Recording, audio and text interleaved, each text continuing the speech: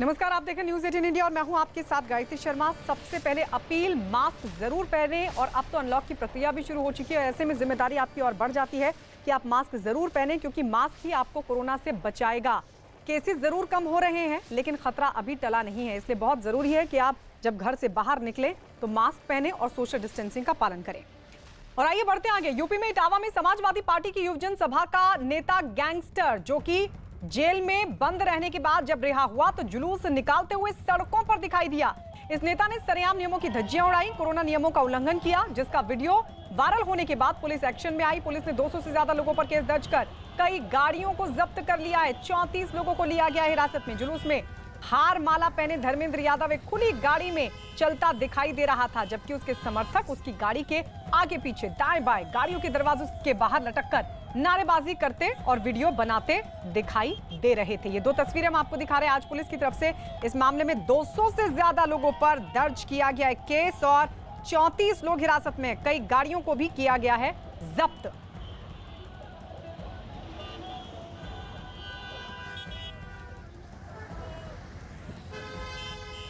इससे पहले यूपी के इटावा में समाजवादी युवजन सभा के नेता धर्मेंद्र यादव का एक चौंकाने वाला वीडियो वायरल हुआ। इस वीडियो में दिखाई दिया कि औरैया से जिला बदर धर्मेंद्र यादव जब इटावा जेल से रिहा हुए तो जुलूस की शक्ल में इटावा से औरैया तक सैकड़ों गाड़ियों के साथ उनका काफिला निकला। जेल से निकले एसपी नेता के स्वागत में लोग सोशल डिस्टेंसिंग को भूल गए और ना ही किसी ने मास्क लगाया हुआ था। धर्मेंद्र यादव समेत उनके किसी भी समर्थक ने मास्क नहीं पहना हुआ था। उनके काफिले में भारी भीड़ और सैकड़ों की संख्या में मोटरसाइकिलें भी शामिल थीं।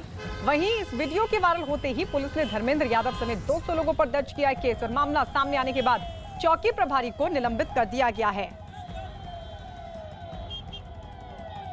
वायरल वीडियो के आधार पर जांच पड़ताल हुई है। 4 तारीख की शाम 6:15 बजे के लगभग छूटा है और ये आज दिन का वीडियो है। इस संबंध में छानबीन की जा रही है और जिस तरीके से ये जुलूस की शक्ल में जा रहे हैं, इसको देखते हुए थाना सिविल लाइंस में जो सेक्शंस हैं उसमें FIR दर्ज कराई गई है। 188, 269, 70 महामारी एक्ट, क्योंकि इतनी संख्या में नारे लगाते जा रहे हैं, उसको लेके 7 CLA एक्ट भी लगाया गया है। और इस वक्त हमारे साथ फोन लाइन पर हमारे सहयोगी अजीत हमारे साथ जुड़ गए हैं। अजीत, 200 लोगों पर केस दर्ज हुआ है, क्योंकि बड़ी संख्या में ये तमाम लोग नजर आ रहे हैं, लेकिन अब इस पूरे मामले में आगे कार्रवाई किस तरीके से बढ़ेगी? देखिए, बिल्कुल गायत्री, जिस तरह से समाजवादी का नेता धर्मेंद्र यादव ने अपना जुलूस निकाला था और कई सारे मामले उस पर दर्ज है आपराधिक प्रवृत्ति का, और जब इटावा जेल से छूटा तो ऑडी से लेकर कई बड़ी गाड़ियां जो उसके जुलूस में शामिल थी और ओपन गाड़ियां शामिल थी, बाइक का जुलूस भी था। तो पुलिस ने जैसे ही वीडियो वायरल हुआ न्यूज 18 पर खबर करने के बाद कार्रवाई की है और 34 लोगों की अब तक गिरफ्तारी हुई और 200 लोगों के खिलाफ ये बड़ा मामला दर्ज हुआ। हालांकि जो मुख्य अभियुक्त है धर्मेंद्र यादव औरैया का जो रहने वाला, अभी तक फरार है। तो पुलिस का साफ तौर पर गायत्री कहना है कि अभी हम धारा 188 यानी 144 के उल्लंघन और 267 और 70 यानी जो महामारी एक्ट, एपिडेमिक एक्ट के तहत भी मुकदमा पंजीकृत किया गया। आप खुलेआम धज्जियां उड़ा रहे हैं उस वक्त जब उत्तर प्रदेश में आंशिक कोरोना कर्फ्यू है या फिर जो सोशल डिस्टेंसिंग है उसका भी अपन पालन नहीं कर रहे हैं। तो खुलेआम अगर आप इस तरह गुंडाई करते हैं तो आपको छोड़ा नहीं जाएगा। गृह विभाग की तरफ से भी DMSP को कहा गया था कि इस पे कड़ी से कड़ी कार्रवाई की जाए। तो आज 200 गाड़ियों को जब्त कर पुलिस लाइन में लाया गया, थाने में लाया गया और इनके 34 लोगों की गिरफ्तारी जो की गई उनसे पूछताछ की जा रही है। हालांकि अभी तक गायत्री जो धर्मेंद्र यादव है वो उसकी गिरफ्तारी नहीं हो पाई। तो धर्मेंद्र यादव रिहाई के बाद इस तरीके के काफिले के साथ, लेकिन रिहाई के बाद अब एक बार फिर से जेल जाने की तैयारी कर ली है, क्योंकि बड़ा काफिला धर्मेंद्र यादव का, समाजवादी पार्टी के नेता का ये जुलूस हम आपको दिखा रहे हैं। धर्मेंद्र यादव फूल माला पहने खुली गाड़ी में, ये देखिए, खुली गाड़ी में अपने समर्थकों के साथ किस तरीके से काफिले के साथ, बड़े जुलूस के साथ, जिसमें सैकड़ों की संख्या में लोग मौजूद थे, उनके साथ निकलता नजर आया और जमकर कानून की धज्जियां उड़ी। तो कोरोना नियमों का जमकर उल्लंघन किया गया, किसी ने मुंह पर मास्क नहीं लगाया था और भीड़ को देखकर आप समझ सकते हैं कि 2 गज की दूरी तो कहीं पर दिखाई ही नहीं दी। ऐसे में सवाल यही है, कैसे हारेगा कोरोना? लेकिन इस सब के बीच पुलिस की तरफ से कार्रवाई की गई, 200 लोगों पर केस दर्ज कर लिया गया है और इस मामले में चौकी प्रभारी को भी निलंबित कर दिया गया है। अजीत हमारे साथ लगातार बने हुए हैं। अजीत, जिन 200 लोगों पर केस दर्ज हुआ है, क्या सबकी पहचान कर ली गई है पुलिस की तरफ से और चौकी प्रभारी को निलंबित? लेकिन सवाल बड़ा, ये चूक हो कैसे गई? कार्रवाई तो हो गई इस पूरे मामले के बाद। देखिए बिल्कुल 2 गज की दूरी, मास्क है जरूरी, इसका बिल्कुल अनुपालन नहीं किया गया और ना ही जो वहाँ की लोकल पुलिस थी उसका अनुपालन करा पाई। चौकी इंचार्ज को निलंबित कर दिया गया और जबकि जब जेल से छूटा वो धर्मेंद्र यादव तो उसकी बहुत सारी गाड़ियां, 200 से अधिक गाड़ियां जो वहाँ थी, बाइक थी, 4 व्हीलर थे, उस समय किसी ने ध्यान नहीं दिया। ये लोकल स्थानीय पुलिस को ध्यान देना चाहिए था, जिसकी वजह से एसएसपी ने चौकी इंचार्ज को निलंबित कर जांच के आदेश दिए हैं। लेकिन चूक तो कहीं ना कहीं स्थानीय पुलिस की तरफ से हुई है कि कोई एक बदमाश जेल से छूटता है, उसके 200 से ज्यादा गाड़ियों का काफिला निकलता है और जब वीडियो वायरल होता है तब आपको पता चलता है। तो कहीं ना कहीं इससे साफ होता है कि गायत्री की पुलिस की भी लापरवाही है या फिर पुलिस ने उसे जाने दिया। भाई जेल से छूटा, वहीं से उसका काफिला निकला, बीचों बीच शहर से निकल रहा है, तो आपको ध्यान देना चाहिए था। अगर किसी ने वीडियो बनाकर वायरल किया उसके बाद आपने कार्रवाई की तो कहीं ना कहीं आपकी शुचिता पर भी सवाल खड़े होते हैं। हालांकि इसमें सरकार के निर्देश पर कार्रवाई की गई, लेकिन अभी भी पुलिस के सामने चुनौती है कि जेल से छूटे जो धर्मेंद्र यादव, उनको जेल जाने की तैयारी तो पुलिस ने कर दी है, लेकिन अभी उनकी गिरफ्तारी नहीं कर पाई। अब ये देखना होगा कि धर्मेंद्र यादव जो इस इलाके का काफी दबंग और अपराधिक किस्म का आदमी है, प्रधान भी रहा, मौके पर जिला पंचायत सदस्य भी है, उसकी गिरफ्तारी कब होती है। गायत्री, अजीत आप हमारे साथ बने रहिए। धर्मेंद्र यादव के काफिले का वीडियो वायरल होने के बाद पुलिस ने इस मामले में कार्रवाई की है। पुलिस ने काफिले में शामिल 24 गाड़ियों को कब्जे में लिया है। इसके अलावा 30 लोगों को हिरासत में लिया गया है और 200 के करीब लोगों पर केस दर्ज हुआ है और जिन लोगों को हिरासत में लिया गया है 30 लोगों को उनसे पूछताछ की जा रही है। समाजवादी पार्टी नेता समेत 200 पर केस दर्ज हुआ है, लेकिन अभी तक समाजवादी पार्टी का नेता और मुख्य आरोपी धर्मेंद्र यादव इस पूरे मामले में फरार है। पुलिस मामले में कार्रवाई कर रही है। 200 से ज्यादा लोगों, जिसमें धर्मेंद्र यादव भी शामिल है, केस दर्ज कर लिया गया है। 30 लोग हिरासत में लिए गए, उनसे पूछताछ हो रही है। 24 गाड़ियों को कब्जे में ले लिया गया। लेकिन सवाल खड़ा होता है, इतनी बड़ी संख्या में जब यह काफिला गुजर रहा था, पहले 2 तस्वीरें देखिए। जिन गाड़ियों को कब्जे में लिया गया ये वही गाड़ियां हैं जो धर्मेंद्र यादव के काफिले में शामिल थी और इसी के साथ 30 लोग भी हिरासत में लिए गए हैं और उनसे भी हो रही है पूछताछ। 200 से ज्यादा लोगों पर केस दर्ज हुआ है, जिसमें धर्मेंद्र यादव मुख्य आरोपी हैं, लेकिन अभी तक उन पर केस दर्ज करने के अलावा कोई कार्रवाई नहीं हुई है। दबंग बताया जाता है। जेल से रिहा होने के बाद काफिले के साथ गुजरने पर अब पुलिस एक्शन में।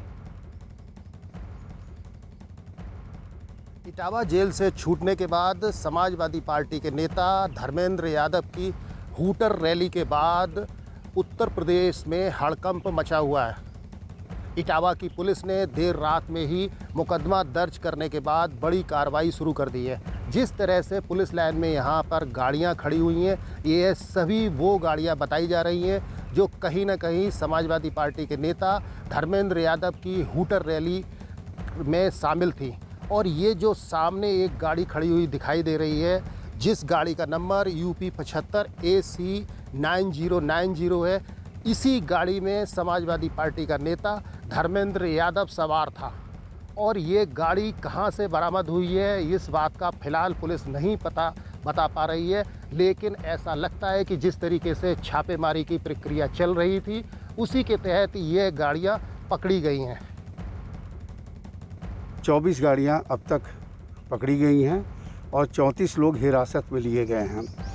इसमें छानबीन की जा रही है और जो भी इसमें शामिल रहे हैं सभी पे महामारी एक्ट के साथ ही 188 और 7 CLA एक्ट के तहत कार्रवाई की जा रही है।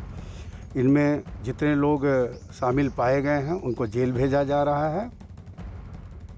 अजीत हमारे साथ लगातार बने हुए हैं। अजीत, एक तो कोरोना काल है और इतनी बड़ी संख्या में जब ये पूरा काफिला गुजर रहा था तो प्रशासन कहां था? सिर्फ क्या चौकी प्रभारी जिम्मेदार है इसके लिए?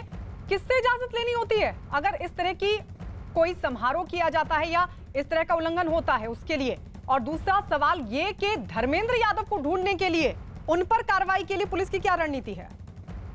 देखिए गायत्री, बिल्कुल ठीक सवाल आपने किया कि सिर्फ चौकी इंचार्ज जिम्मेदार नहीं है।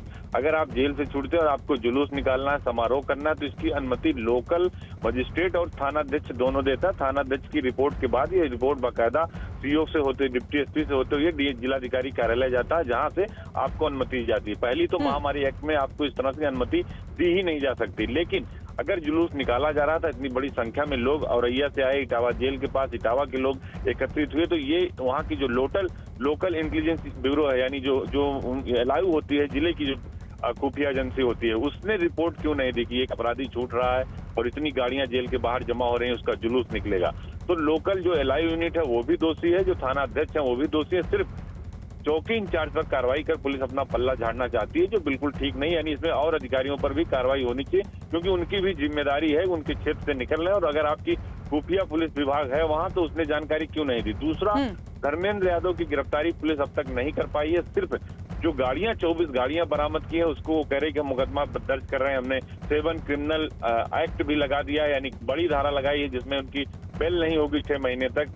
तो इन सब की कार्रवाई तो की जा रही है, लेकिन सवाल है कि पहले उन्हें रोका क्यों नहीं गया। उन्हें रोका जा सकता था अगर वहां की लोकल पुलिस उन्हें सूचना देती और इस बात की इत्तला करती। क्योंकि ये बेहद गंभीर मामला है और उसको उसी गंभीरता के साथ लिए जाने की जरूरत है अजीत, क्योंकि ये सिर्फ कानून का मखौल नहीं उड़ा रहे हैं, सिर्फ नियमों का उल्लंघन नहीं कर रहे हैं, बल्कि ये तो प्रशासन को सीधी चुनौती दे रहे हैं कि आप कानून बना लीजिए, लेकिन इसका हम पर कोई असर नहीं पड़ेगा। ये सभी नियम, ये सभी कानून हमारे ठेंगे पर, ये सीधी चुनौती दे रहे हैं।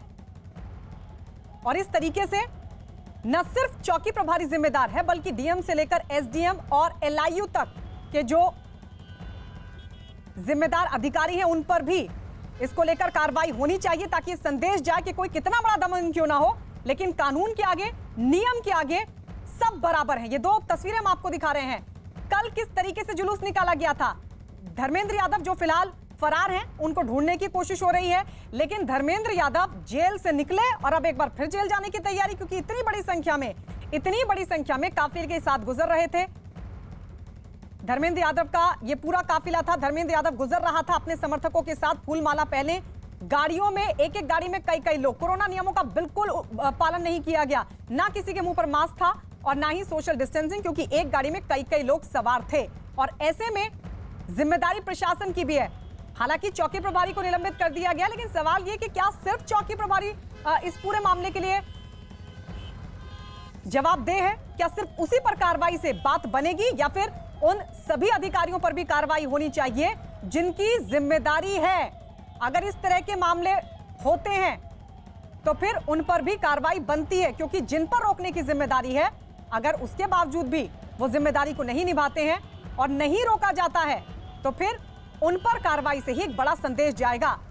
फिलहाल पुलिस की तरफ से कार्रवाई के नाम पर 200 से ज्यादा लोगों पर केस दर्ज कर लिया गया, जिनमें धर्मेंद्र यादव भी शामिल है, लेकिन धर्मेंद्र यादव अभी कहां है नहीं पता।